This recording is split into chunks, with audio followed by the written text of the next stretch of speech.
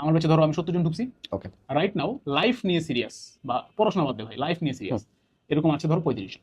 বাকি 35 জন কি করতেছে আই হ্যাভ নো আইডিয়া।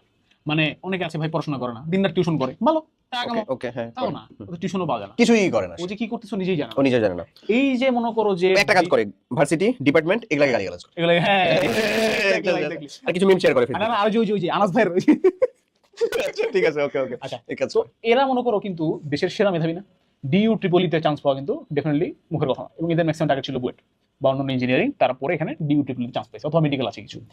তো তার মানে তোমরা বুঝতেছো যে তুমি যদি লাইফ নিয়ে সিরিয়াস না হও তাহলে তোমাকে ডিইউ ট্রিপলি বুয়েট সিএসসি যা তোমার স্বপ্ন যা তাহলে তোমার লিখে দিলাম নে অনেক যা ইচ্ছা যেটা বলবি সেটাই হয়ে যাবে দিলাম।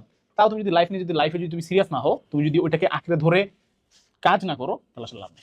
ঠিক আছে, এটা হচ্ছে আলটিমেট থিং। মানে এই কথাটা হচ্ছে টাকা পয়সার ক্ষেত্রে এক্সাম্পল একটা শুনছিলাম অবশ্যই হ্যাঁ যে ধরো যে তুমি বললা যে আমার ভাই আমি তো বিজনেস করতে চাই, ধরো যে বাবাকে বললা বাবা আমি বিজনেস করতে চাই, বাবা বললো তো কত টাকা লাগবে বল, তুমি বললে 50 লাখ টাকা লাগবে, দিলাম 50 লাখ। আর তুমি যদি বিজনেসে সিরিয়াস না হও 50 লাখ টাকা তো 50 দিনে ভেঙে ফেলতে কোনো ব্যাপারই না, বিষয় কোনো না। সময় ভাঙা যাবে। ঠিক আছে, তুমি যদি সিরিয়াস হও তোমারে 500 টাকা দিলে ওটা নিয়ে তুমি বিশাল এম্পায়ার দাঁড় করতে পারবে। দরকার হতে পারবে সেম থিং হচ্ছে অ্যাডমিশনের সময় মনে রাখবা যে টার্গেট সবসময় আমরা বড় রাখবো। আমি বলতেছি না যে বুয়েট ঢাবি এগুলাই লাইফ না, তার মানে হচ্ছে টার্গেট আমরা রাখবো হচ্ছে আমার বাসার পাশে ন্যাশনাল কলেজ, ন্যাশনাল পরেও জীবন অনেক কিছু করা যাবে অবশ্যই আমার টার্গেট থাকবে যদি ভার্সিটি হয় ঢাবি, ইঞ্জিনিয়ারিং হয় বুয়েট, মেডিকেল হলে ডিএমসি, আমি ভাই ওখানেই যাবো, টার্গেট থাকবে এটাই।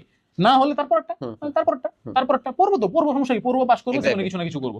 এত প্যারা নিয়ে লাভ নাই, আবার এত স্ট্রেস নিয়ে লাভ নাই, চিল থাকো ভাই। কিন্তু বলছে একটা জিনিস তোমরা খেয়াল করছো কিনা, ভাই যে সমস্ত পরীক্ষা চিল করে দিচ্ছে ওগুলাতে চান্স পেয়েছে হয়ে গেছে সবার আগে ভালো করে দল করছে, রাবিতে ভাই বসে চিল করে দিছে হয়ে গেছে এরকম। তো তোমরা চিল থাকো বাট সিরিয়াস থাকো।